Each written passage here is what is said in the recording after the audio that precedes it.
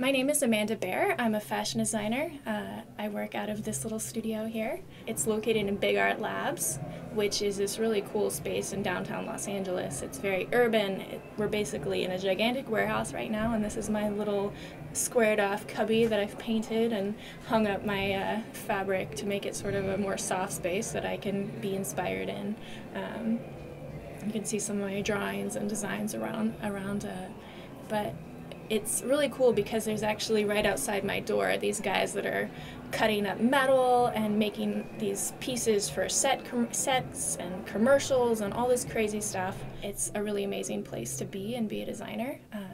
I have my dress forms in here that I can drape on. I have my pattern making tables. I have my computer here that I actually do a majority of my work on, making stuff that is actually going to be manufactured in China, which I will never necessarily even see. I'm originally from Central California. I moved here to study fashion, and I have been freelancing pretty much ever since I graduated from school. It's been a really good way to learn how to understand customers because I'm working with so many different kinds of customers from so many different walks of life. It's just a really cool way to start to think about design. When I was growing up, I was always really interested in art, and I was always really interested in making things with my hands. When I was a kid, I would come up with these crazy projects that I would make probably from the ages of like 4 to 6. I sewed all these different pockets that I just had, so I have all these disembodied pockets that for some reason I got it into my head that it was a good idea to make pockets. And so they're all different colors with different kinds of buttons, and they have closures. And yeah, that's sort of how I got started, just making things. And as I started going to fashion school, actually my passion just grew because it was really fun. I really like working in 3 dimensions, and I really like helping people to feel beautiful and feel like they're comfortable in the situation that they are, that they're dressed in the way that they need to just present their best self to the world.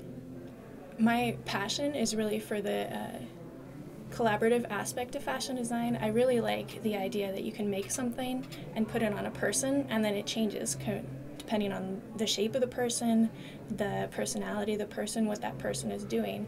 You can't really control it. After you make it, you design it, and then you hand it on to the person who sews it, the person who distributes it, the person who sells it, the person who styles it in different fashion shoots. I think that's a really cool way to sort of start this process of this garment going on to its life and in whatever part of the world it ends up in. I also really like finding ways to manufacture in a way that's actually productive for the world. I really like being able to hand off my designs to people who normally would not have been employed or would not have had any way to feed their children. I like working with co-ops and factories that are using fair labor practices. That's one of my big goals as a freelancer, to help promote that. I actually provide free consulting for companies to be able to give them a way to actually be connected with these people that are creating these constructive manufacturing practices all over the world. Basically, I was raised outside. My inspiration comes from nature and from hearing birds sing and being near the water. But then when I started working in fashion, I actually moved to a really very urban part of Los Angeles. So my style really reflects that, I think. The colors and the styles are this sort of really earthy, mineral-based palettes.